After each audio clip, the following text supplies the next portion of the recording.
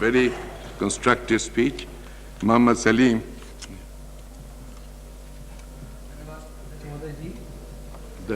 आंतरिक सुरक्षा एक बहुत ही महत्वपूर्ण मुद्दा है और जिस दौर से हम गुजर रहे हैं इस दौर में पूरे विश्व में इस तरह के समस्या अधिकतर देशों को झेलना पड़ रहा है, कहीं कम कहीं ज़्यादा।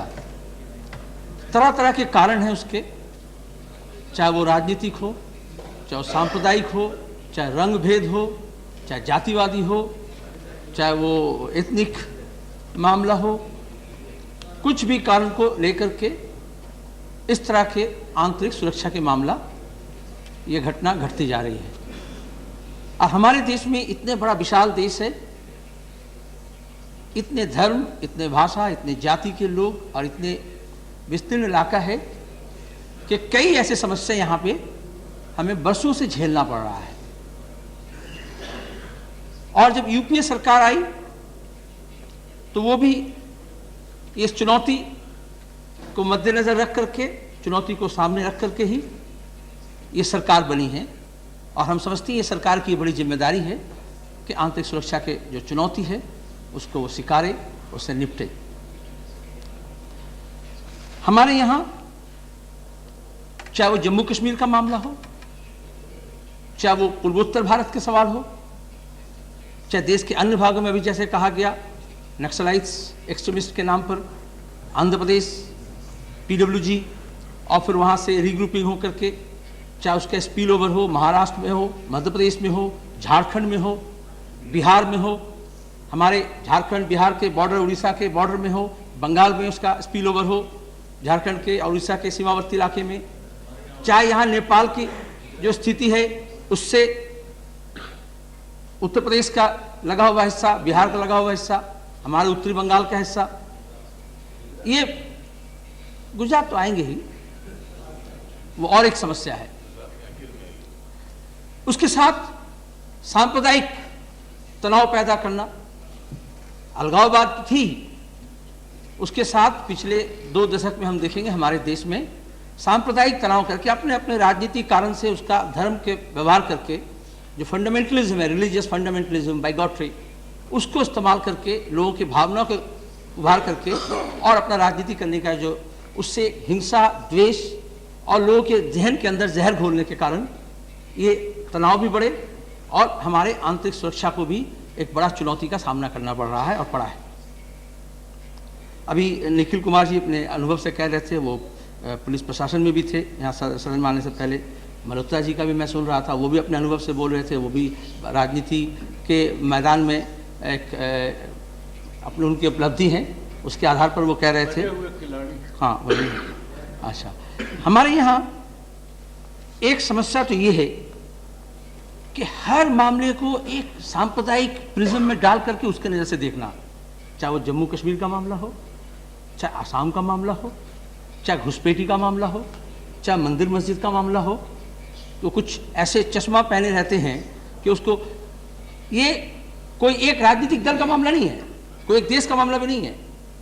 पाकिस्तान में बैठे हुए जो फंडामेंटलिस्ट हैं, जो राइट रिएक्शनरीज हैं, जो जमात इस्लामी हैं, जो जम्मू कश्मीर में जो जमात इस्लामी है, या हमारे देश के अंदर जो मुस्लिम फंडामेंटलिस्ट है या हिंदू फंडामेंटलिस्ट है, नाम जिसका कुछ भी दीजिए, वो सब इसको हिंदू मुसलमान का समस्या की तरह देखते हैं। हमें शर्म आया और हमें अफसोस हुआ जब इस सदन में भी एक वरिष्ठ सांसद वो भी जम्मू कश्मीर के मामले को हिंदू और मुसलमान के मामला करके देख रहे हैं। तो वो तो जो विदेशी ताकत हमारे देश के अंदर जो हंगामा पैदा करना चाहते हैं और इस तरह के तनाव को व्यवहार करते हैं, हम उसी को बल दे रहे हैं अपने सोच से और समझ से। नजरिया अलग अलग सा हो लेकिन दर्शन एक ही है और एक बड़ा खतरा है हमारे देश के लिए।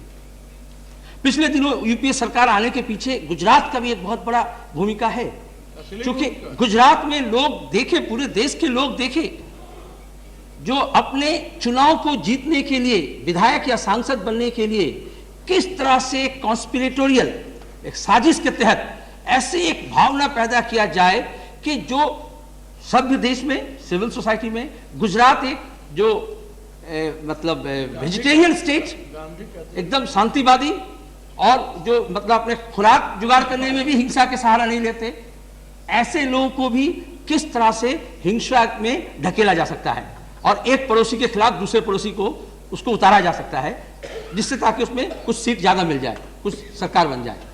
ये एक बहुत बड़ा खतरा है। ये सिर्फ हमारे देश में नहीं है, आज पूरे देश में, आप अगर यूरोप में देखेंगे, विश्व में, अफ्रीका में देखेंगे, तो ऐसे राजनीतिक दर्शन को अपने अपने तरीके से सहारा लिया जा रहा है, जहां जिसको सहारा लिया जाए। अगर अमेरिका में कोई को चर्च का सहारा मिले तो वो चर्च के सहारा लेंगे, अगर यहाँ किसी को मंदिर का सहारा मिले तो मंदिर का सहारा लेंगे। पाकिस्तान और बांग्लादेश में अगर मस्जिद का सहारा मिले तो मस्जिद का सहारा लेंगे। वो अलग अलग चोली पहन लेंगे, लेकिन इस तरह से वो लोगों की भावना को ढकेल रहे हैं। और हमारे लिए समस्या ये है कि ये देश का अंदरूनी मामला नहीं रहता, ये बॉर्डर क्रॉस करके, सीमा बाहर करके, आजकल जो टेररिज्म का जो मामला है, मिलिटेंसी का जो मामला है, तो संतरासवाद का जो मामला है, वो एक ग्लोबलाइज्ड वर्ल्ड में एक अंतर्राष्ट्रीय पैमाने पर काम कर रहे हैं। शरीफ लोगों के लिए तो सीमा है, बॉर्डर है, वीजा है, पासपोर्ट है, लेकिन जब वो औजार लेके एक जगह से दूसरी जगह मूव कर रहे हैं, जब नरसंहार करने के लिए साजिशें लेकर घूम रहे हैं, एजेंट्स लेके घूम रहे हैं, मर्सिनरीज लेके घूम रहे हैं, तो वो फिर एक सीमा से दूसरी सीमा पार होकर के चले आ रहे हैं और विश्व के किसी भी जगह में वो पहुंच जा रहे हैं, क्योंकि उनका इतना पहुंच है। ऐसे ऐसे लोग जो क्षमता में जहां जो बैठे रहते हैं उसको वो एक्सप्लॉइट कर सकते हैं और इस तरह से वो कर रहे हैं। इसलिए हमारे लिए और भी ज्यादा बड़ा चुनौती है।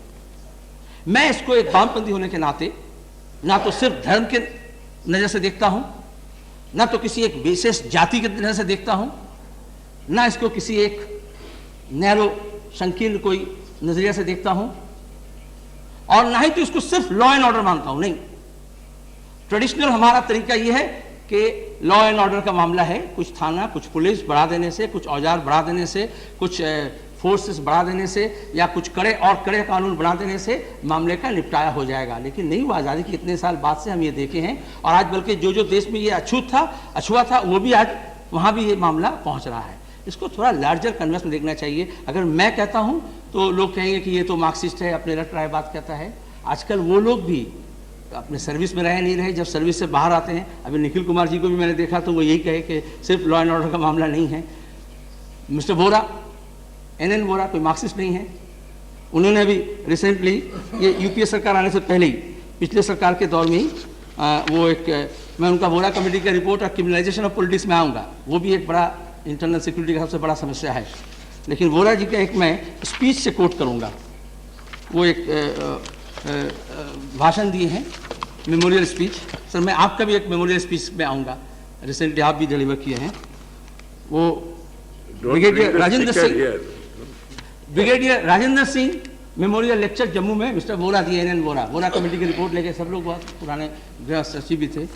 मैं थोड़ा बोलूँगा इसलिए कि किस नज़रिए से हम देखते हैं और देखा जाता है और देखना पड़ेगा।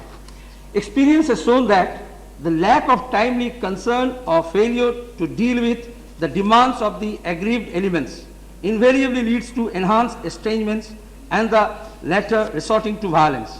When such situations get out of hand, the traditional approach is to deal with them merely as law and order problems.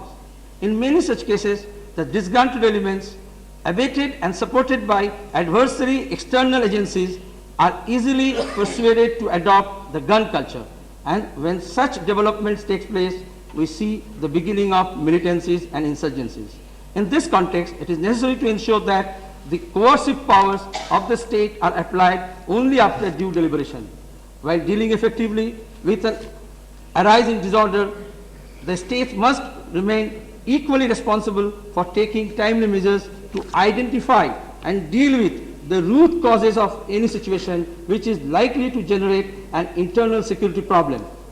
The achievement of such an objective would call for timely and systematic attention in dealing with the socio-economic problems of the masses and also showing due concern for their political demands and aspirations. जो अभी पिछले दिन भी बात हुई सदन में, UPA सरकार भी जब बातचीत कर रही है तो कश्मीर के बारे में हो, नॉर्थ ईस्ट के बारे में हो, तो उनका जो वो रूट कॉज है, जो उनकी जो डिससेटिस्फैक्शन है, उनकी जो एस्पिरेशंस है, जो डेमोक्रेटिक एस्पिरेशंस है, उनकी जो मांगे हैं, चाहे वो विकास का मामला हो, चाहे रोजगार का सवाल हो, उसको भी नज़र दिया जा रहा है। किसी को भी मैं पीस मील में अलग से देखने की बात नहीं कर रहा हूँ। कुछ लोग सिर्फ ये कहे कि सिर्फ डेवलपमेंट हो जाने से बाकी मामला हो जाएगा, तो वो भी नहीं है।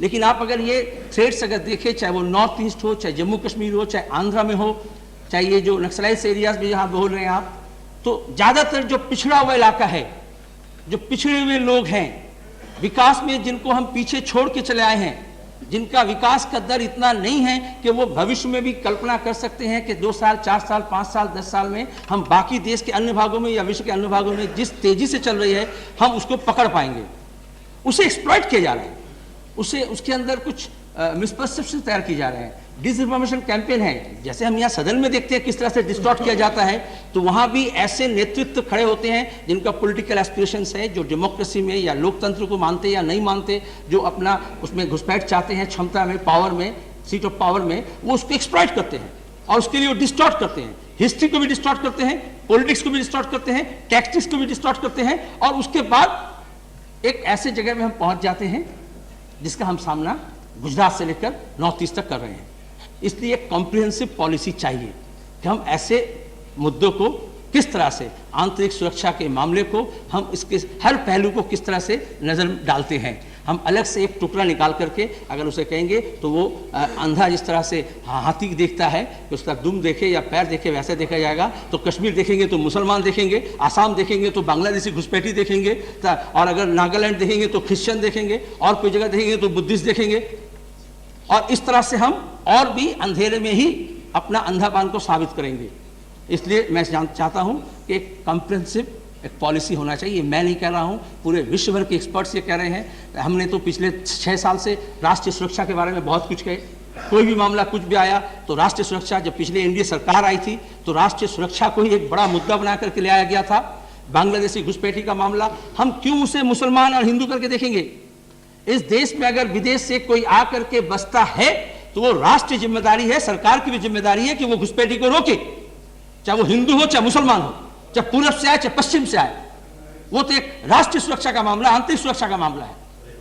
लेकिन उसे हम अगर उसका अगर सांप्रदायिकरण करेंगे, उससे अगर हम राजनीतिक फायदा उठाने की कोशिश करेंगे, जो कॉमन कॉज है उसको हम अगर कंफ्लिक्टिंग कॉज में ले जाएंगे, तो ना वो राष्ट्रीय हित का होगा, ना वो उस मुद्दे के साथ चुनौती का हम सामना करेंगे। और अक्सर इस देश में ऐसा हुआ है कि हम उससे जो कॉमनलिटीज है, जो कॉमन इंटरेस्ट है, उसको हम कंफ्लिक्टिंग इंटरेस्ट में बदल देते हैं, और उसके बाद कहते हैं कि आप कंफ्लिक्ट बढ़ रहा है, कंफ्लिक्ट घटेगा कहां? अगर लौह पुरुष, दूसरे लौह पुरुष गृह मंत्री थे 6 साल तक इस देश में, और बॉर्डर सुरक्षा पुलिस, बीएसएफ, सीमा सुरक्षा अगर उनकी जिम्मेदारी थी, तो 6 साल में घुसपैठी रोकने के लिए कोई कड़ा कदम क्यों नहीं उठाया गया? ये सवाल राष्ट्रपति पूछेंगे। हम सरकार में रहेंगे तो एक बात कहेंगे, और सरकार से विरोधी पक्ष में चले जाएंगे तो फिर भावनाओं का मुंह उभारते रहेंगे। जिम्मेदारी तो थी। आज तक इस देश में कोई राज्य सरकार की जिम्मेदारी नहीं है सीमा का पहरा देना। सीमा का पहरा देना केंद्र सरकार की जिम्मेदारी है और गृह मंत्री की जिम्मेदारी है। और गृह मंत्री जब ये कह करके आए थे, सरकार जब ये कह करके बनी थी, इसी सवाल को एक्सप्रेस करके आया गया था कि विदेशी घुसपैठी हो रहा है और देश की आंतरिक सुरक्षा हाशिए पर है, तो उसको रोकने का बंदोबस्त करना चाहिए था। कौन मना किया था कि आप फिर 6 साल बाद इस मुद्दे को उठाएंगे और बीच में आप कुछ नहीं करेंगे? सेंसस के डेटा को लेकर के, अगर धर्म के नाम पर, अगर पॉपुलेशन के सवाल को लेकर, अगर फैमिली प्लानिंग को सवाल को लेकर, धर्म के नाम पर, तो इस देश का हम कौन सा सेवा कर रहे हैं? देश के 100 करोड़ को हम अलग-अलग हिस्से में बांट करके क्या आंतरिक सुरक्षा को हम सुरक्षित रख पाएंगे या देश की सुरक्षा को सुरक्षित कर पाएंगे? हम तो और भी असुरक्षा के अंदर ठेल रहे हैं। और हम समझते हैं इन मुद्दों को हम ना तो वो राजनीतिक नजर से, ना तो धार्मिक दृष्टिकोण से देखें। एक सेकुलर मुल्क में उसे समस्या है और उसमें कहीं अगर विशेष प्रावधान की जरूरत है तो उसको भी नजर रखना चाहिए, लेकिन जब उसे हम देखेंगे तो थोड़ा चश्मा उतार करके देखना चाहिए, साफ नजर से देखना चाहिए। और इसी तरह से सांप्रदायिक के जो वातावरण है, आज पिछले 15-20 साल हमारे देश में अगर देखा जाए तो जितने कत्लेआम हुए, जो फसादात हुए, जो बर्बरियत हुए, जो ब्रूटलाइजेशन ऑफ सोसाइटी हुए, गुजरात में मामला हिंदू मुसलमान का मैं नहीं देखता। मारे तो गए हिंदुस्तानी, कौन विदेशी मारे गए? आप जब महाराष्ट्र से निकाल के फेंकते हैं, बंगाल से लोग आए मजदूर काम करने के लिए, बिहार से आए, नॉर्थ बिहार से आए, आसाम से आए, नॉर्थ ईस्ट से आए, आप उसे कहेंगे बांग्लादेशी बोल करके लेवल लगा देंगे, तो आप देश की एकता को खतरे में डाल रहे हैं। आप विदेशी को एंट्री पॉइंट में क्यों नहीं रोकते? आप क्यों देश के अंदर ये सवाल को ले आते हैं? क्योंकि देश की जनता को आपको बंटवारा करना है। मैं बांग्ला भाषी हूं, मैं बंगाल से आया हूं, मैं पारिवारिक बैकग्राउंड से मुसलमान भी हूं, तो किसी का आप धर्म देख करके, किसी की भाषा देख करके आप उसकी राष्ट्रीयता को पहचान दिलाएंगे? कौन से कानून में है वो? लेकिन ये हमारी ये चुनौती सामने बार बार ले आया जाता है और इसलिए हम उसका विरोध करते हैं। सीपीआईएम के प्रतिनिधि के रूप में मैं कहना चाहता हूं, अगर सीमा पे आप पैरा लगाओ, विदेशी घुसपैठी को रोको, सबकी जिम्मेदारी है, केंद्र सरकार की जिम्मेदारी है, लेकिन आप उसको रोकेंगे भी नहीं और उसके सहारे राजनीति करेंगे और जनता को आप बंटवारा करेंगे धर्म के नाम में या भाषा के बारे में, हम उसका विरोध करते हैं और विरोध करना ही चाहिए। देश के स्वार्थ के लिए विरोध करना चाहिए। इसी तरह से आप देखेंगे, अगर आजकल सिर्फ कितने आपके पास मिलिट्री कैपेबिलिटी है, आपके पास न्यूक्लियर ताकत है, आपके पास कितने F-16 या टैंक्स है, उससे एक देश का अपना सुरक्षा का मामला नहीं तैयार होता। आजकल ज्यादातर देश सुरक्षा के मामले में सरहद में नहीं जूझ रहे हैं, देश के अंदर जूझ रहे हैं। सीमा को पार करके समस्या देश के अंदर घुस गई है और उसको रोकथाम करने के लिए मैं जो कम्प्रिहेंसिव पॉलिसी की बात कर रहा हूं, मैं नहीं, एनडीए सरकार के समय जो नेशनल सिक्योरिटी काउंसिल बनी थी, नेशनल सिक्योरिटी काउंसिल, वो एक नेशनल सिक्योरिटी इंडेक्स बनाए सेक्रेटरीट उनके, इसलिए इसी साल के शुरुआत में चाइना में बना ऐसा, अमेरिका में भी ऐसा बना। जैसे हम लोग ह्यूमन डेवलपमेंट इंडेक्स देखते हैं, जैसे NSI निफ्टी के सब इंडेक्स देखते हैं कितना आगे बढ़ा चल रहा है, वैसे ही नेशनल सिक्योरिटी इंडेक्स का मामला भी है और उसमें वो कहते हैं कि आपके आंतरिक जो संसाधन है उसको भी ध्यान में रखना पड़ेगा, नेशनल रिसोर्स, आपके जो ह्यूमन रिसोर्स है उनको भी ध्यान में रखना पड़ेगा, आपके जो अंदरूनी जो अर्थनीति है देश की वो कितना विकास हो रहा है, किस दर पे हो रहा है, उसको भी ध्यान में रखना पड़ेगा, विदेश में पूरे विश्व में अर्थनीति क्या हो रहा है उसको भी ध्यान में रखना पड़ेगा, आप साइंस और टेक्नोलॉजी को कितना समाज के अंदर, देश के अंदर, उद्योग के अंदर, कृषि के अंदर ले जा रहे हैं, गाँव में, शहर में, उसको भी आपको आंकड़े में, उसका भी आंकड़ा को सामने रखना पड़ेगा। आपका मिलिट्री अफेयर्स भी एक मुद्दा है, आपके कितने ताकत है, बल है, शक्ति है, उसको भी आपको रखना पड़ेगा। One of the points, government की कितनी क्षमता है, कैपेबिलिटी है, गवर्नेंस का क्या क्वालिटी है, समाज विकास का क्या दर है, समाज को आप शिक्षा हो, स्वास्थ्य हो, उस बारे में आपके अपने जनता को कितने एम्पावर किए हैं उसको भी ध्यान में रखना पड़ेगा। आपकी जो डिप्लोमेटिक और कूटनीतिक जो है विदेश के साथ आपका जो संपर्क है उसको आप कितने स्मार्टली आप डील कर रहे हैं, इन तमाम आंकड़ों को सामने रख करके उसके बाद नेशनल सिक्योरिटी का आंकड़ा मापा जाता है कि हम किस जगह पे हैं। Yes. हमारा देश इस तरह की चुनौती को कितना हम सामना कर पाएंगे, हमारे समस्या को हम अगर एक देखेंगे, बाकी अगर मामले को नहीं देखेंगे तो हम कभी भी इन मुद्दे के साथ इंसाफ नहीं कर पाएंगे। मैं आखिरी जो सवाल ये कह रहा था वो है क्रिमिनलाइजेशन ऑफ पॉलिटिक्स। बहुत से मामले में इतना कहा, लोग कहेंगे इतनी बड़ी बड़ी बात है, कैसे होगा? हम संसद में बैठे हुए हैं, हम जितने पॉलिटिकल पार्टीज इंडियन पार्लियामेंट में रिप्रेजेंट करते हैं, हम अपने सीने में हाथ देकर ये सोचे कि हम कितना इस देश के राजनीति को गंदा कर रहे हैं। बाहर जाकर के हम लोगों को तो ये गाली सुनना पड़ता है जब क्रिमिनलाइजेशन ऑफ पॉलिटिक्स हो रहा है, तो ये क्या आंतरिक सुरक्षा का मामला नहीं है? क्यों एक सांसद को, विधायक को क्यों 6-7 स्टैंड गन लेके घूमना पड़ता है? क्यों स्टेटस सिंबल बन रहा है? क्यों लोग डर के भागते हैं सांसद और विधायक को देख करके? शर्म होना चाहिए। और आप जानते हैं वोरा कमेटी की रिपोर्ट कब आई थी? ये जो नेक्सस है, नेक्सस जो है राजनीति के साथ और जो समाज विरोधी जो तत्व हैं उसको भी तोड़ना पड़ेगा। राजनीति के साथ धर्म का जो नेक्सस तैयार हो रहा है उसको भी तोड़ना पड़ेगा। राजनीति के साथ ये जो क्षमता के लिए लोगों को जिस तरह से बरगलाया जा रहा है उसको भी हम तोड़ पाएंगे, तभी हम आंतरिक सुरक्षा को सुरक्षित कर पाएंगे। धन्यवाद। श्री रघुनाथ झा।